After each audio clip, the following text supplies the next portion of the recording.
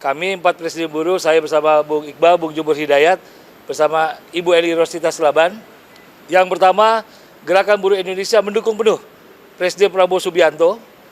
Dan kami menegaskan kami bukan berada di belakang Presiden, kami berada di belakang Presiden. Dan yang pasti kami mendukung demonstrasi yang damai. Tetapi kami tegaskan kami menentang perusuh-perusuh yang mencoba mengganggu stabilitas politik dan ekonomi di Indonesia. Karena itu Presiden berjanji ruang demokrasi tetap terjaga dan beliau berjanji yang pertama RUU perampasan aset segera dibahas dan juga RUU ketenagakerjaan yang diminta oleh buruh. Beliau minta kepada Ketua DPR untuk langsung segera dibahas oleh partai-partai dan setuju untuk segera dibahas. Yang berikutnya akan disampaikan oleh Bung Iqbal atau Bung Jumhur. Silakan. Pada kesempatan pertemuan dengan Presiden Prabowo Subianto, ada beberapa hal yang tadi telah disampaikan oleh Bung Andi Gani, saya akan menambahkan. Pertama, kami mengusulkan dan berpendapat demonstrasi tetap harus diberi ruang.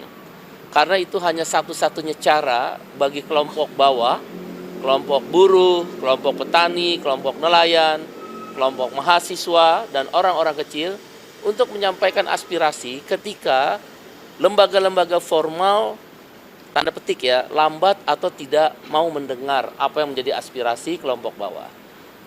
Tentu demonstrasi ini harus konstruktif, konstitusional, anti kekerasan dan tidak boleh anarkis.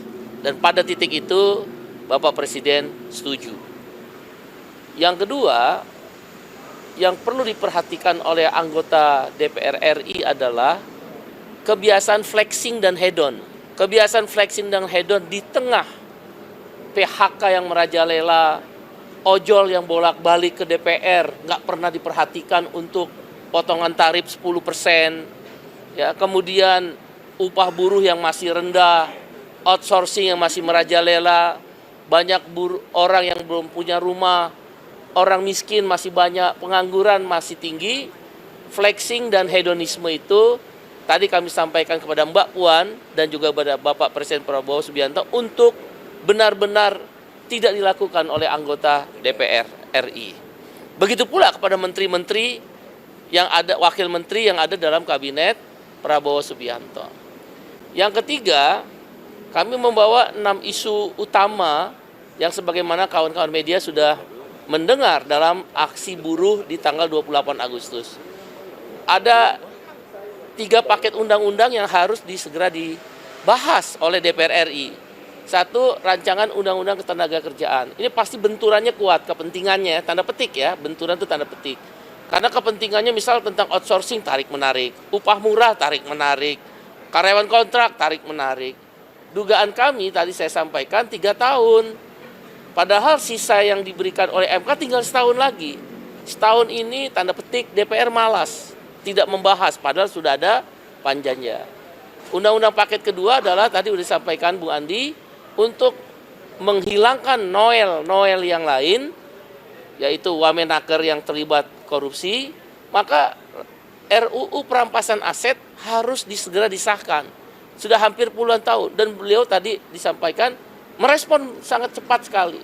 Bantu saya, karena saya nggak bisa sendiri sebagai presiden. Harus ada DPR, partai politik.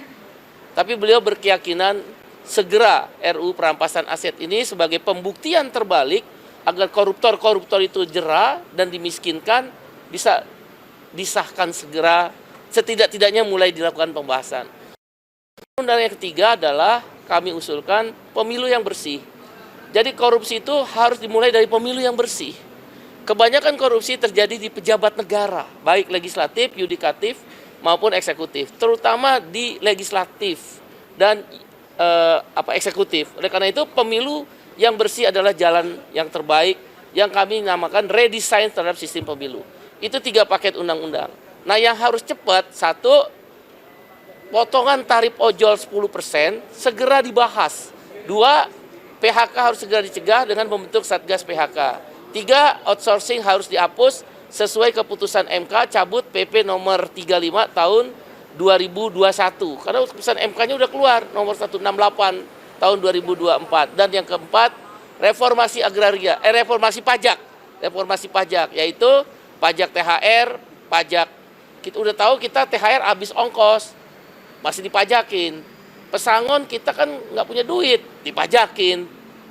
Tabungan kita di jam sostek JHT dipajakin. Nah, kami mengusulkan pajak-pajak THR, pajak pesangon, pajak JHT dihapus. Dan PTKP pendapatan tidak kena pajak dinaikkan dari 4,5 juta rupiah per bulan menjadi 7,5 juta rupiah per bulan. Tapi sekali lagi ada yang bisa cepat, ada yang tidak bisa cepat berproses, terutama rancangan undang-undang. Prinsipnya Pak Prabowo termasuk dari pemuka agama, kawan-kawan mahasiswa, pemuda, organisasi kepemudaan, dan juga beberapa kelompok lain yang diundang merespon baik. Bahkan suasana sangat cair dari setengah 5 sore sampai jam hari ini.